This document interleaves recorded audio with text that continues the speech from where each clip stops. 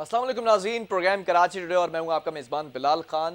यौम आज़ादी से एक दिन कबल दहशतगर्दी की कार्रवाई नाकाम बना दी गई है और यहाँ भी ये भी बताया जा रहा है कि दो मुल्ज़िमान जो कि मुल्क दुश्मन तंजीम से ताल्लुक़ रखते थे, उनको गिरफ़्तार किया गया है। इस हवाले से ये भी बताया गया कि उनके कब्ज़े से दस्ती बम भी बरामद हुए हैं। तकरीब कारी करने की कोशिश की जानी थी। मुहर्रमुल हराम का महीना है और साथ यौम आज़ादी का भी महीना है। इन दोनों इवेंट्स को देखते हुए ये काम होना था। बहरहाल इसको नाकाम बना दिया गया। इंटेलिजेंस बेस्ड कार्रवाई है। इसी पर बात करेंगे कि ये मामला कैसे जो है वो सामने आया, किस तरह से गिरफ्तारी अमल में लाई गई। इंटेलिजेंस बेस्ड कार्रवाई थी। चीफ रिपोर्टर असद जैदी हमारे साथ इस वक्त ऑन कॉल मौजूद हैं। असद, मैं जानना चाहूँगा क्या अपडेट्स हैं, मुल्ज़िमान का ताल्लुक कहाँ से बताया जा रहा है? बिस्मिल्लाहिर्रहमानिर्रहीम। देखिए बिलाल, फिर वही बात जो हमने गुज़िश्ता प्रोग्राम में कही थी कि जब तक कॉम्बिंग ऑपरेशंस नहीं होंगे, जब तक इंटेलिजेंस के निज़ाम को बेहतर नहीं किया जाएगा और स्नैप चेकिंग नहीं होंगी, तो जो मुहर्रम का महीना हो या फिर ये यौम आज़ादी की बात कर लें, इस पे हम तकरीबकारों को, मुल्क दुश्मन अनासिर को, उन लोगों को जो पाकिस्तान के अमन के दुश्मन है, हम नहीं रोक सकते। और फिर हमने ये देखा कि अभी 2 रोज पहले कॉम्बिंग ऑपरेशन किया गया, उसमें भी एसएसपी मलिर थे और दो एसएसपीज ने कॉम्बिंग ऑपरेशन किया और फिर कुछ अगवान बस्तियों में गए और वहां पर फिर हमने देखा कि कुछ लोगों को, मशकूक लोगों को भी गिरफ्तार किया गया। उसी की एक कड़ी ये थी कि ये SRA के जी। जो दहशतगर्द थे, जो मुल्क दुश्मन अनासिर थे, इन्होंने पिछले साल भी गुलशन हदीद में इसी तरह का एक मामला हुआ था कि उसमें स्टॉल के ऊपर दस्ती बम फेंका गया था। क्योंकि देखिए मलीर में कच्ची आबादियां हैं। फिर मैं आपको बताता चलूं, कराची में हर वो इलाका जहाँ कच्ची आबादियां हैं, वहां का रिकॉर्ड मेंटेन करना बहुत मुश्किल है। तो उसमें इंटेलिजेंस बेस्ड कार्रवाइयों की ही जरूरत होती है और इसमें भी जो मलीर में एसएसपी इरफान बहादुर साहब ने कार्रवाई की और उनके साथ एक वफाकी इंटेलिजेंस की इदारा भी शामिल था, तो उन्होंने इन 2 दहशतगर्दों को गिरफ्तार किया। इनके कब्जे से दस्ती बम बरामद किए। क्योंकि कल यौम पाकिस्तान, यौम आज़ादी का दिन, हमारे सब हलाली परचम के, हम जो रोज हलाली परचम हिलाते हैं, उस वो पाकिस्तान की आज़ादी का दिन 14 अगस्त को ये फिर पाकिस्तान में अमन के दुश्मनी साबित करने के लिए SRA की तरफ से जो पिछले साल किया गया उसको दोहराना चाहते थे। लेकिन बफजले खुदा और इंटेलिजेंस इदारों की मदद से एसएसपी मलीर ने जो ये कार्रवाई की, और इसके बाद भी हम ये देखेंगे कि इस कार्रवाई के बाद भी बहुत सारी जो इनकी एक चेन है वो जरूर पकड़ी जाएगी। जी अच्छा बिलाल। असद, ये पता लगाया जा सका है कि इनके अज़ाइम क्या थे, कहाँ से इनका ताल्लुक था, पिछला रिकॉर्ड क्या है इनका? क्योंकि ये भी बताया जा रहा है जो इकराम चांडी और शिराज सुमरो को गिरफ्तार किया, तो इकराम चांडी 2020 के अंदर भी सहूलतकारी में मुलविस रहा है। देखिए, अगर आप गिरफ्तार दहशतगर्दों का देखें तो जो 2020 में जोगी जोगी मोड़ पे जो सब इंस्पेक्टर आमिर रियाज थे, उन पे भी जो हमला हुआ उसमें इन्होंने एतराफ किया कि सहूलतकार थे। देखिए, जिस तंजीम से SRA से इनका ताल्लुक है, सिंध रेवोल्यूशन आर्मी से, ये पहले भी सिंध के अंदर बहुत ज्यादा हमने देखा। कभी ये दूसरी जबान बोलने वाले लोगों के दफ्तरों पे हैंड ग्रेनेड फेंकते हैं। कभी हमने देखा कि ये रेलवे लाइनों को नुकसान पहुंचाते हैं। कभी हमने देखा कि ये जो हमारी बहुत इंतहाई हसास तनसीबात हैं, वहां पर इस तरह की हरकत करते हैं।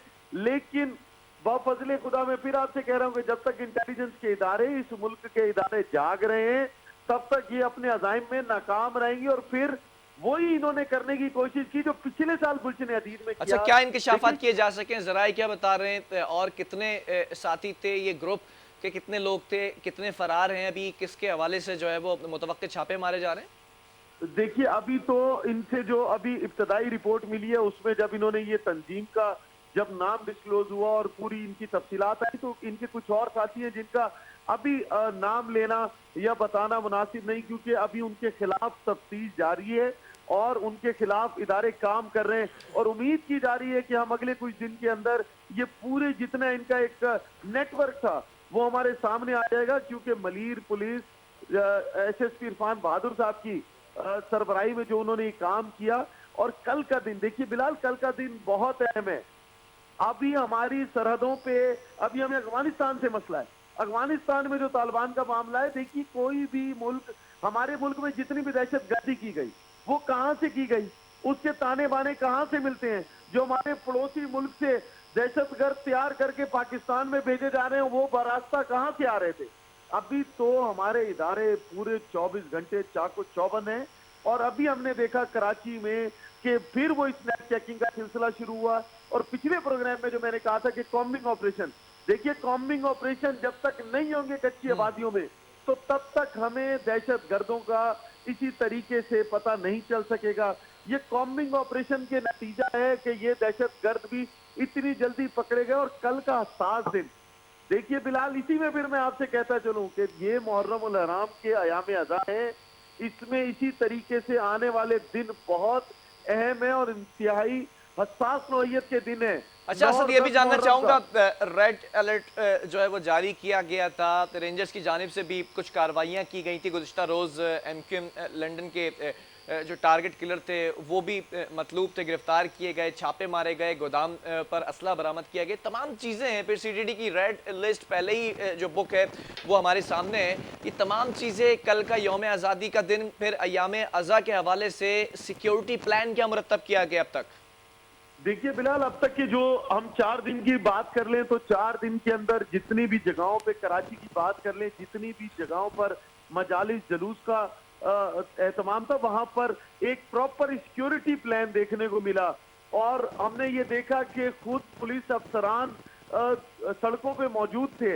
इससे पहले हमने पहले भी कहा कि इससे पहले हमने नहीं देखा था, लेकिन अब कुछ लगता है प्लान में तब्दीली करके और फिर सड़कों पे हमें अफसरान रात गए, आप किसी भी वक्त निकलेंगे तो वो रोड्स पे नजर आ रहे हैं और प्रॉपर सिक्योरिटी प्रोवाइड की जा रही है।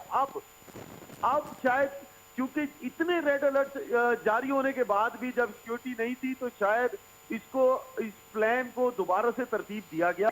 और अभी तक जितनी मजालिस जलूस और जो भी अहम इज्तिमा थे, वहां पर हमने एक प्रॉपर सिक्योरिटी प्लान देखा। और फिर पुलिस को भी हमने देखा कि एक्टिव है। देखिए आने वाले जो 6 दिन है वो इंतहाई अहम है। फिर मैं आपसे कह रहा हूं कि बिलाल, 9 और 10 मुहर्रम आशूरे का दिन कराची नहीं भूल सकता। कराची की तारीख में ये दिन नहीं भूला जा सकता। हमारे इदारों को इसी तरीके से अगर वो इदारों ने काम करते रहे 6 दिन, तो आप देखेंगे कि हर इज्तिमा पुरअमन होगा। ठीक ये है। जितने मुल्क दुश्मन अनासिर हैं जो ये चाहते हैं कि मुल्क स्टेबल नहीं रहे, इनको मुंह की खानी पड़ेगी, जैसे अब तक ये खाते चले आ रहे हैं। जब तक आर्मी के जवान, अब अभी देख लें कितनी तकरीबकारी करने की ये कोशिश कर रहे हैं। कोयटा को देख लें, आज का वाकया देख लें, अब भी 5 जवान जख्मी हैं। एक गाड़ी के पास इन्होंने रिमोट बम हमला किया।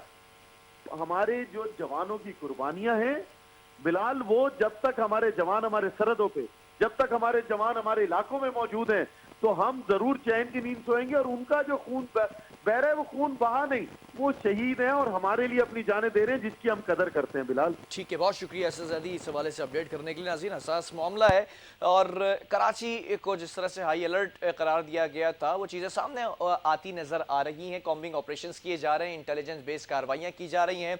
एमक्यूएम लंदन के जो टारगेट किलर्स थे, शार्प शूटर्स थे, जो गोदाम में असला रखा गया था, वो तमाम चीज़ें बरामद की गई, गिरफ्तारियाँ अमल में लाई गई। आज भी अगर बात की जाए तो SSP मलीर इरफान बहादुर की जानिब से कामयाब कार्रवाई की गई, जबकि मुश्तरका तौर पर इंटेलिजेंस बेस्ड कार्रवाइयाँ होती हैं जो कॉम्बिंग ऑपरेशंस कहलाते हैं। अब देखना यह है कि कल का दिन यौम आज़ादी 14 अगस्त का दिन पुरसुकून तरीके से जिस तरह से गुजर जाए, खुदा से यही दुआ है। फिर अयाम अज़ा है, मुहर्रम उल हराम का महीना है, मजालिस और जुलूसों का सिलसिला भी जारी रहेगा। सवाल ये पैदा होता है कि क्या इंटेलिजेंस इदारों ने बशमूल पुलिस डिपार्टमेंट ने तैयारी कर ली है इन दहशत गर्दों से, शरपसंद अनासिर से निमटने के लिए? बहरहाल एक और क्राइम की स्टोरी है, शेयर करेंगे एक वक्फे के बाद।